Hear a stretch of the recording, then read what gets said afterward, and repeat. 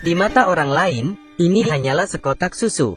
Tapi di matanya inilah kunci untuk kabur. Ia mengupasnya, mengeluarkan bagian film tipis, dan mengeluarkan film tipis ini lalu dibersihkan. Saat akan keluar, diam-diam menempelkannya di kunci rahasia sel. Jadi pada saat penjaga menekan kode tersebut, jarinya ikut menekan 4 tombol itu. Sekali lagi ia melambaikan film itu. Dia mendapat 4 angka. Jadi, mungkin ada 24 kunci kombinasi. Selanjutnya adalah mencoba kata sandi. Tapi bagaimana cara menyentuh kunci ini? Dia meremas kertas toilet menjadi bola-bola kecil.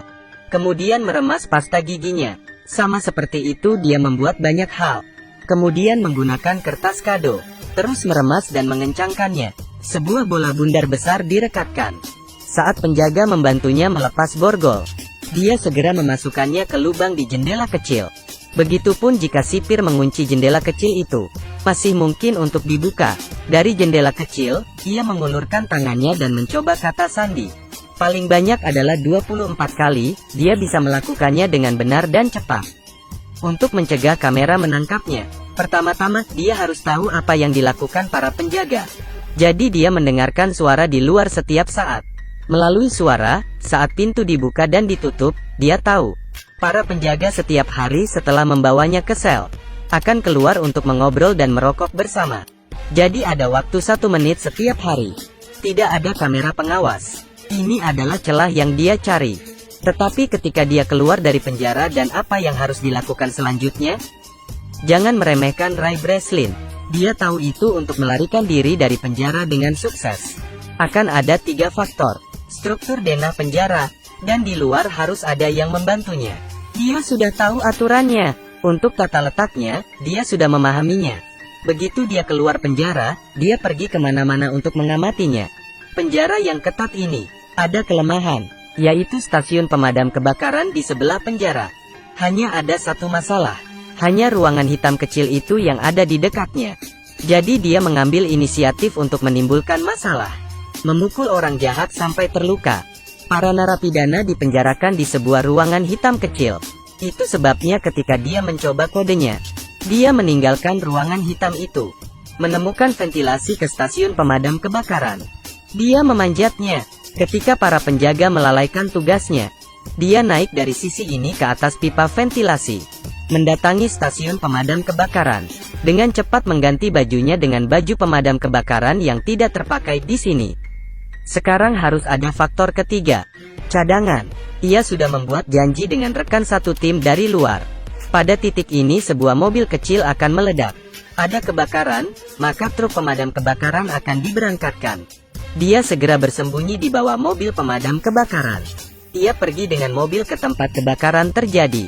Muncul dari bawah mobil. Ketika setiap orang sibuk, tidak ada yang memperhatikannya. Masuk ke mobil rekan satu timnya. Ia berhasil kabur.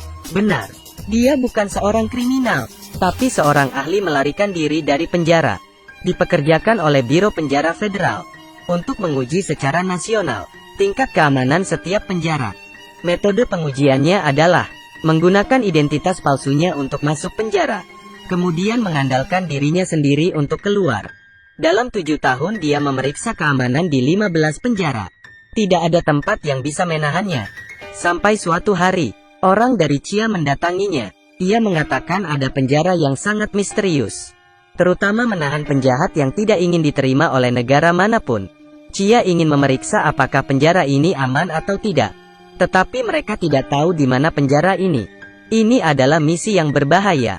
Ray Breslin setuju dengan mereka. Segera tanggal penangkapan tiba. Sebelum berangkat, takut terjadi sesuatu, bawahan juga memberi alat pelacak GPS di lengannya. Baru saja melangkah keluar, Ray Breslin segera ditangkap. Tapi dia tidak menyangka, orang-orang ini menggunakan kekerasan dengan cara yang tidak biasa. Pertama menggunakan pistol untuk menjatuhkannya. Setelah itu semuanya sepertinya sudah direncanakan.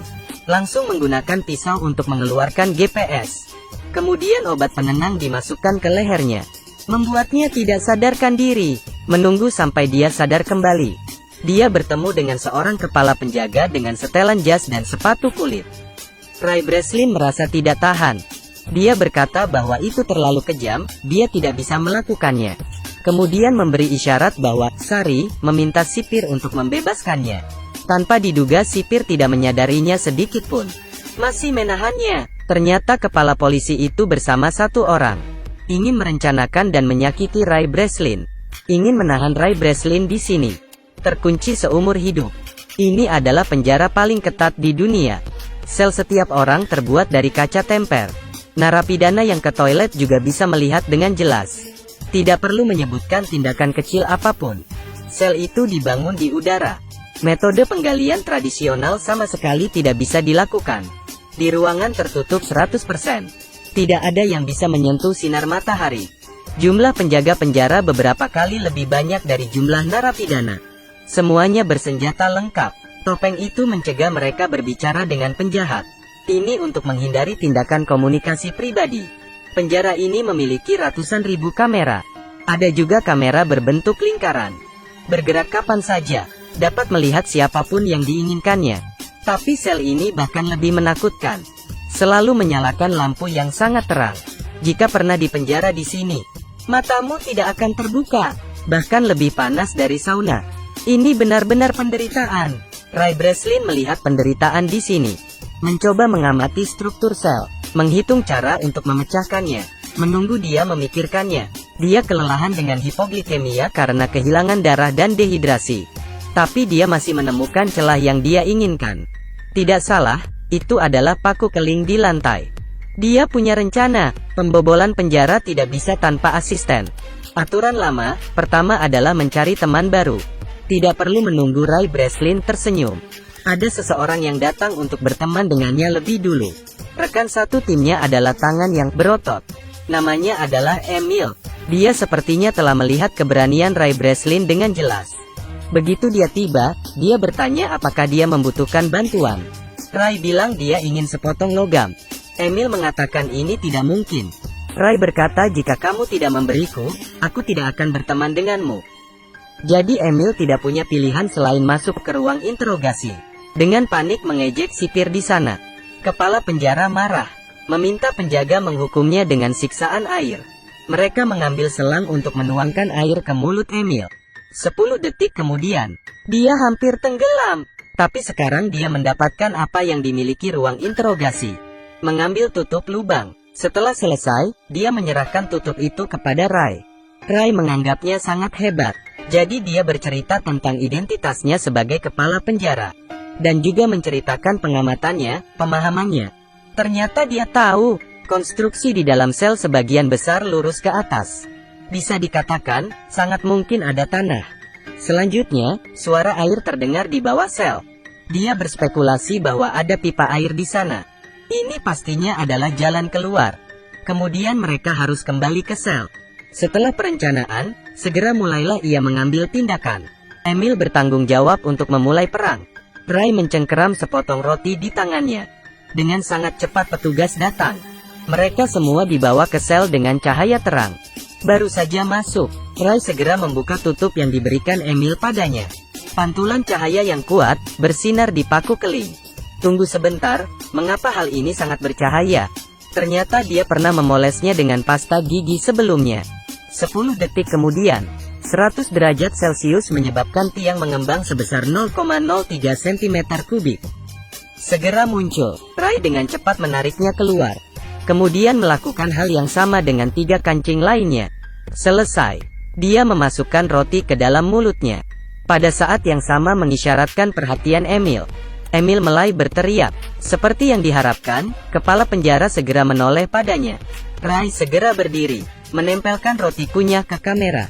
Memblokir pandangan. Lalu dia membuka lantai itu. Turun ke bawah. Dia turun ke ruang di bawahnya. Kemudian memanjat pipa air.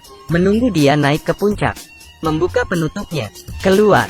Dia sangat terkejut dan tercengang. Ini tidak di bawah tanah seperti yang dia duga. Tapi itu adalah samudera yang tak terbatas. Dia berada di dek kapal tanker raksasa.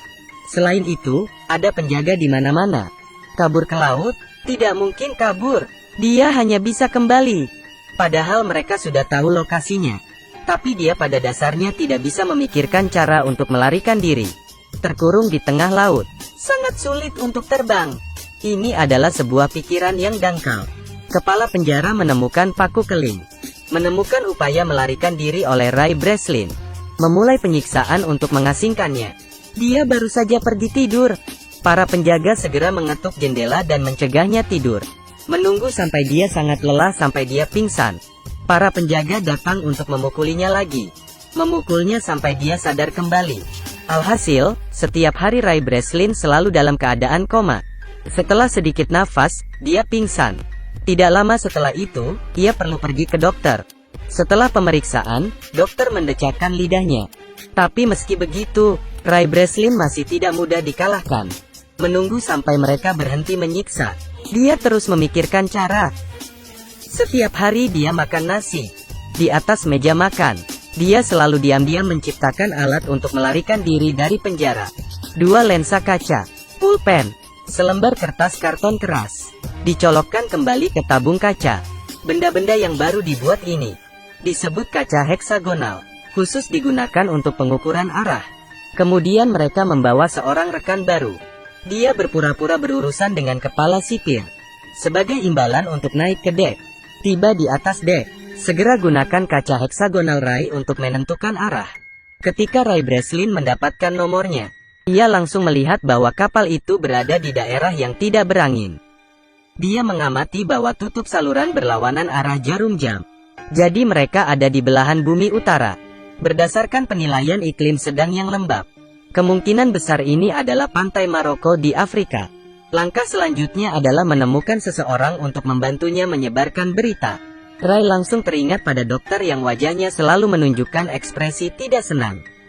Jadi dia menyuruh Emil untuk menikamnya. Kemudian pergi ke dokter untuk menjahit lukanya. Berpura-pura sakit sesekali. Mendatangi dokter untuk muntah. Tentunya ini membuat dokter akan merasa sangat tertekan. Mengungkap identitas aslinya kepada dokter. Memintanya untuk memeriksanya sedikit. Tak lama kemudian, hati nurani sang dokter pun terganggu. Membuat keputusan untuk membantunya melarikan diri dari penjara. Dia memperkenalkan perpustakaan mereka kepadanya. Menyerahkannya ke bawahan Emil. Semuanya diatur dengan baik. Akhirnya waktu untuk melarikan diri telah tiba. Saat larut malam, kepala penjara melihat Ray Breslin menabrak dinding. Dia menguping sinyal yang sedang diketik Ray. Mengartikan kode itu, akan ada kerusuhan di area C besok pagi. Kepala penjara memutuskan untuk mengirim 3 tim pasukan untuk menyerang area C. Tapi ini hanya jebakan Ray. Dia ingin semua penjaga lari ke area C. Dengan demikian, hanya 2 tim yang tersisa di tempatnya. Kerusuhan yang sebenarnya dimulai. Rekan tim memulai kekacauan. Kedua geng itu mulai berkelahi. Para prajurit di atas mengarahkan senjatanya ke bawah. Tapi Ray diam-diam pergi ke depan dan menyelinap. Kemudian memanjat tangga, mengikuti jalur pipa untuk naik ke dek. Siapa yang tahu pintu tersebut menggunakan kunci elektrik. Tidak bisa terbuka bahkan ketika dia menggunakan kekuatannya. Ray Breslin memutuskan untuk pergi memutuskan aliran listrik. Dan itu berarti dia harus turun. Dia tidak punya pilihan lain. Turun ke ruang listrik.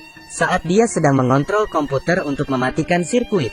Seperti yang diharapkan, Emil bisa membuka pintu. Dia akhirnya bisa naik ke kapal. Pesawat yang dipesan juga tiba tepat waktu. Saat dia mendekati pesawat, musuh juga masuk. Emil tidak bisa pergi, karena pria itu belum muncul. Jadi dia mengambil senjata. Tatapannya berubah menjadi kejam. Pria legendaris ini, dalam sekejap menjadi senjata pembunuh berdarah dingin.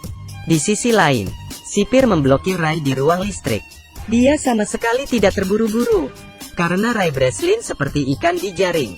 Tapi yang aneh adalah, dia tidak bisa menemukan Ray dimanapun.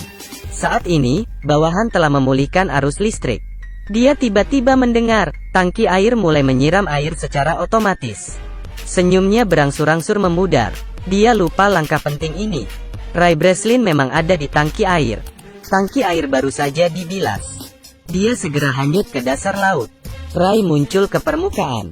Emil melihatnya di saat yang tepat. Turun dan menjemput dia. Sipir juga telah mencapai dek. Ray Breslin ditemukan berdiri di atas tangga. Langsung mengarahkan pistol ke arahnya. Hidup mati dalam sekejap. Melihat Emil melempar pistol, Ray Breslin menggenggam erat. Dengan segera menembak. Tangki minyak di bawahnya. Kepala penjara menunduk dan melihat. Kata kurang ajar belum diucapkan. Secara bertahap lenyap di lautan api. Beberapa waktu kemudian, mereka pergi ke pantai di Afrika. Seseorang datang menemui Emil. Gadis ini adalah orang yang sama, yang menyuruh Rai sebelumnya. Ternyata dia adalah putri Emil. Alasan mengeluarkan uang untuk mengundangnya datang karena dia ingin membantu ayahnya melarikan diri dari penjara. Itu sebabnya ketika dia baru saja masuk sel, Emil mendatanginya untuk bekerja sama. Semua sudah direncanakan. Ray Breslin tersenyum lembut seolah tidak ada apa-apa. Hal yang sangat menyebalkan yang benar-benar ingin dia temukan adalah pria yang bekerja sama merencanakannya hal jahat ini. Beberapa hari kemudian, orang yang jahat ini bangun, menemukan dirinya terkunci dalam sebuah wadah. Dan kontainer ini duduk di atas kapal kargo raksasa, menunggu kapal berlabuh. Dia pasti sangat terkejut. Akhirnya Ray Breslin berhasil kabur. Setelah menonton legenda kabur dari penjara bersama bintang berotot, akhirnya saya merasa tidak bisa berbicara banyak. Memang, pengetahuan adalah kekuatan.